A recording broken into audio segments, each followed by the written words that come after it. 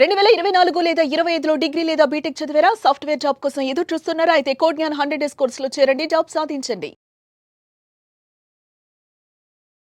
నమస్తే, welcome to Suman TV. నేను మీ anchor సిరి. Kerala nurse Nimishapriya కేసులో వాయిదా అన్న పదం మనందరికీ కూడా ఎంతో ఊరట కలిగించింది అని చెప్పొచ్చు. అండ్ అదేవిధంగా ఈ రోజు కనుక మనం చూస్తే బ్లడ్ మనీ సెటిల్మెంట్కి ఒప్పుకోవట్లేరు. మరి అయితే ఉరిశిక్ష పడే అవకాశమే ఉందంటారా? ఇది కంటిన్యూ అవుతుందా, లేదంటే తనని ఉరిశిక్ష ఆపే మార్గం ఏదైనా ఉందంటారా? సో దీని గురించే ఈ రోజు మనతో మాట్లాడడానికి హైకోర్టు అడ్వకేట్ అలగిరి రవీంద్రనాథ్ గారు ఉన్నారు. అడిగి తెలుసుకుందాం. నమస్కారం సార్. నమస్తే అండి శ్రీ గారు. సార్, చాలా మంది కూడా కేరళ నర్స్ నిమిషప్రియ ఉరిశిక్ష వాయిదా సంగతి గురించి మాట్లాడుకోవడం మనం వింటూ ఉన్నాం. మరి ఇంతకీ ఈ వాయిదా అనేది కంటిన్యూ అవుతూ ఉంటుందా, లేదంటే తనకి ఖచ్చితంగా ఉరిశిక్ష పడుతుందా? ప్రస్తుతం జరుగుతున్నటువంటి పరిణామాలు మనం చూసినట్లయితే నిమిషప్రియ విషయంలో వాయిదా అన్నది కేవలం తాత్కాలికమే అన్నట్టుగా మనకి సమాచారం వస్తూ ఉంది. ఎందుకు ఈ మాట నేను చెప్పడానికి సాహసిస్తున్నానంటే, నిమిషప్రియ విషయంలో నేను జూలై 16 ఆమెకి ఈ పాటికి జరిగితే రెండో రోజు జరిగేదేమో బహుశా, కానీ తాత్కాలికంగా నిలుపుదల చేశారు. దానికి చాలా కారణాలు ఉన్నాయి. ముఖ్యంగా కేరళకు సంబంధించి ఒక ముస్లిం నాయకులు కానీ, అదేవిధంగా ముస్లిం మత పెద్దలు, సూఫీ మత పెద్దలు, అదేవిధంగా సున్నీ ఇక్కడ మత వీరందరూ కూడా ఆ యొక్క కార్యక్రమం మీద, ప్రభుత్వం మీద గట్టిగా ఒత్తిడి తీసుకొచ్చారని చెప్పి.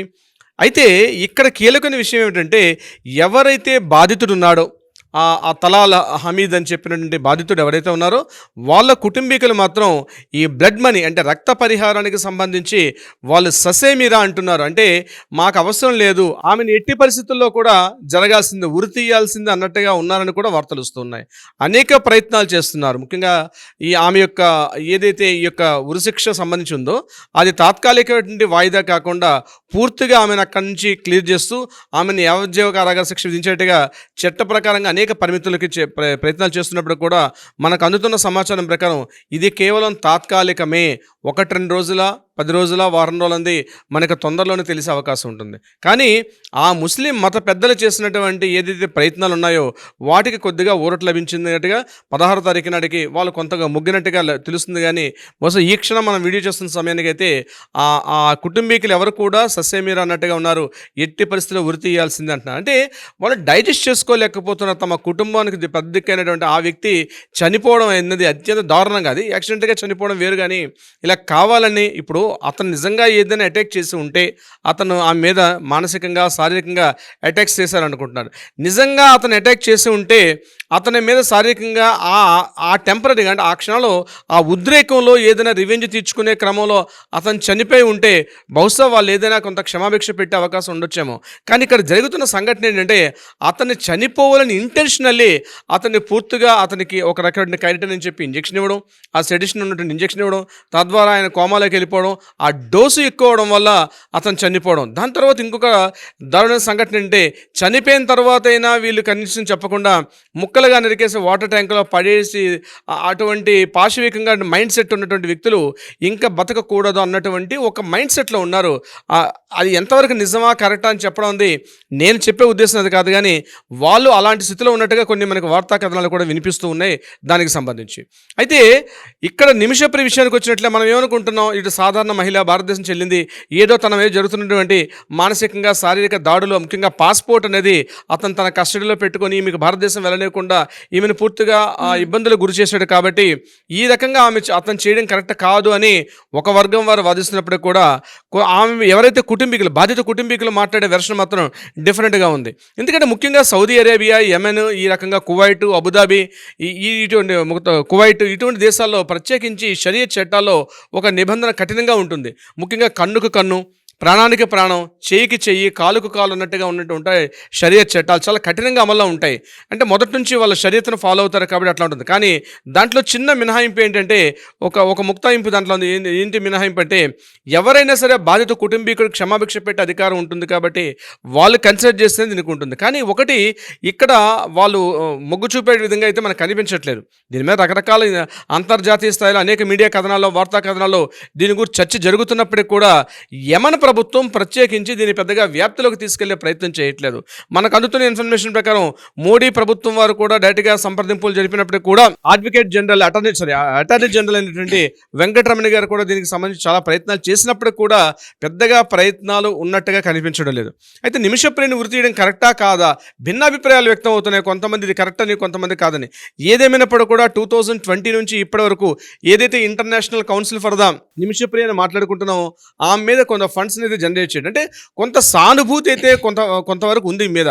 అది ఎందుకు ఉంది అన్నది దానికి ప్రత్యేకమైన కారణాలు నేను చెప్పలేను, కానీ కొంత సానుభూతి అయితే ఉంది. ఒక అమ్మాయి ఇట్లా అంటే అక్కడ ముఖ్యంగా హైతీ తిరుగుబాటుదారులు వచ్చిన తర్వాత చాలా వరకు మరణశిక్షలు వేయడం చాలా తక్కువ. ఎందుకంటే 2015లోనే అక్కడ హైతీ తిరుగుబాటుదారులు చేశారు. దాంతో ఆ దేశాన్ని పూర్తిగా ఆక్యుపై చేశారు. ఆ టైంలోనే ఇక్కడ వాళ్ళ హస్బెండ్ అదేవిధంగా వాళ్ళ అబ్బాయిని కూడా అక్కడికి వెళ్లకుండా కొంతవరకు పాస్పోర్ట్స్ నిషేధించడం జరిగింది. ఆ అమ్మాయి ఇక్కడ ఫిక్స్ అయిపోయింది, అంటే ఉండిపోవడం జరిగింది. ఈ యొక్క ఏదైతే ఎంటర్ ఇష్యూ గురించి మనం మాట్లాడుకునేటప్పుడు నిమిషప్రియ యొక్క పరిస్థితి మాత్రం దెందనగండం నూరేళ్ళ ఇష్యూ. అంటే ఏ ముహూర్తాన్ని వాళ్ళ తల్లిదండ్రులు ఆ పేరు పెట్టారో తెలియదు, కానీ నిమిషప్రియ అని ప్రతి నిమిషానికి ఆవిడకి యమధర్మరాజుకి దగ్గరగా ఉరికంబానికి దగ్గర చేస్తున్నటువంటి సంఘటనలే కనిపిస్తున్నాయి తప్ప ఎక్కడ కూడా ఆశావహంగా జస్ట్ వాయిదా వేశారని చెప్పి దేశవ్యాప్తంగా కొంతవరకు చర్చించుకున్నారు. వాయిదా పడింది, జూలై 16 జరగాల్సినటువంటి ఆ ఉరి కొంతవరకు వాయిదా పడింది అనుకుంటున్నారు. కానీ ఇది మాత్రం ఆవిడకి తాత్కాలిక ఉపశమనమే తప్ప పెర్మనెంట్ క్యూర్ అయితే కాదు. అంటే ఆవిడకి పర్మనెంట్గా శివుడికి రిలీఫ్ అయిపోయింది అన్నటువంటి రిలీఫ్ అయితే లేదు. బట్ ఇది ఇంకా మానసిక క్షోభ. జైల్లో ఆమె పడుతున్న మానసిక వేదన ఆలోచిస్తే, అంటే మరికొద్ది గంటల్లో నన్ను ఉరి తీయబోతున్నారు అన్నటువంటి ఏదైతే మానసిక వ్యవస్థ ఉంటుందో ఆ స్థాయి, అది చాలా కష్టం. దీని మీద అనేక కథనాలు, అనేక సీరియల్స్, అనేక సినిమాలు కూడా వచ్చాయి. అంటే ఆ క్షణంలో వాళ్ళు పడే మానసిక వేదన ఎలా ఉంటుంది. ఇప్పుడు అనుకోకుండా ప్రమాదం జరిగిపోయింది, that is the different.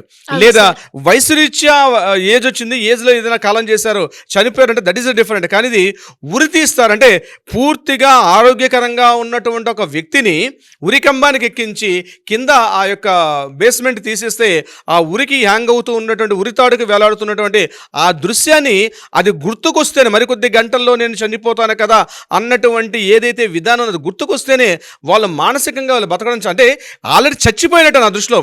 Nimishapriya ఉరికంబం అంటే శారీరకంగా ఉన్నటువంటి దేహాన్ని ఉరి తీయాలి తప్పించి మానసికంగా ఉరి నీకు పలానా టైంకి ఉరి శిక్ష విధిస్తున్నావు అని చెప్పి ఎప్పుడైతే తీర్పులు వెలువడతాయో ఆ సమయంలోనే ఆ నిందితులకి, అందులో జైల్లో ఉన్నటువంటి ఆ వ్యక్తులకి ఇక పూర్తిగా చనిపోయినట్టే. వాళ్ళకి నా దృష్టిలో వాళ్ళు చనిపోయినట్టే. క్షమాభిక్ష పెట్టడం అన్నది ఏదో యమద్వారపు మన గేట్ల దగ్గరికి వెళ్ళేసరికల్లా యమధర్మరాజు నువ్వు కాదు వేరే వాళ్ళని పిలవబోయి నేను పిలిచాను, సరే వెళ్ళమని చెప్తే ఎంత ఆనందం కలుగుతుందో అంత ఆనందంగా ఉంటుందేమో. కానీ ఒక సందర్భంలో మాత్రం ఉరి పలానా టైంకి నేను ఉరితీస్తారంటే అది జీవించడం, అది డైజెస్ట్ చేసుకున్నప్పుడల్లా అంటే నా దేహకు కుదర క్షణాల్లో చనిపోతాను కదా అన్నటువంటి ఆ మానసిక భావన ఏదైతే ఉందో అది కవులకు కానీ, రచయితలకు కానీ, రైటర్స్ కానీ అది అంటే పుస్తకాలకు అందనటువంటి, భాషకు అందనటువంటి ఒక అతీతమైన అలౌకికమైనటువంటి ఒక ఫీలింగ్. అది ఇలా ఉంటుంది అని చెప్పలేం మనం.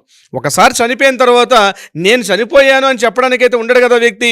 నేను ఇలా చనిపోయాను, నా చావు చనిపోతే ఇలా ఉంటుందని ఎవరికి వాడు ప్రత్యేకంగా తెలుసుకోవాల్సిందే తప్ప నేను చనిపోయి చావు అంటే ఇలా ఉంటుంది, ఏమంటే తీపి అంటే ఎలా ఉంటుంది, కారణం అంటే ఎలా ఉంటుంది, వగరంటే ఎలా ఉంటుందని చెప్పొచ్చు. కానీ నీకు చావు అంటే ఎలా ఉంటుంది ఎవడో చెప్పడు. ఎందుకంటే అది చూసినప్పుడు మళ్ళీ వెనకొచ్చి మాట్లాడలేడు కాబట్టి. ఇప్పుడు ఉరికంబానికి ఎక్కబోతున్న నిమిషప్రియ యొక్క మానసిక స్థాయిని మనం కాసేపు విశ్లేషించుకుంటే ఆమె మానసిక స్థాయి అతీతంగా ఉంటుంది. ఎందుకంటే ఆల్రెడీ చనిపోయినట్టే నా దృష్టిలో ఆవిడ. ఎందుకంటే మరికొద్ది గంటలో చనిపోతా, మరికొద్ది క్షణాల్లో ఆ ఉరికంబాన్ని తీసుకెళ్తారు, అక్కడ టైం చూస్తారు, ఆమెను తీసుకెళ్తారు, మినిట్ టు మినిట్ కూర్చుంటారు. ఆమె యొక్క ఉరికంబానికి ఎక్కించే ముందు ఆమె మొహానికి నల్ల ముసుగు వేస్తారు, చేతులు కాళ్ళు కట్టేస్తారు, ఎక్కడ వెలువెల కొట్టుకుంటారని చెప్పి ఆ టైంలో ఆమెకి బేస్మెంట్ పెట్టి ఒక బలమైన తాడు కడతారు. ఆ తాడు కట్టేటప్పుడు ఉరిపోవడం.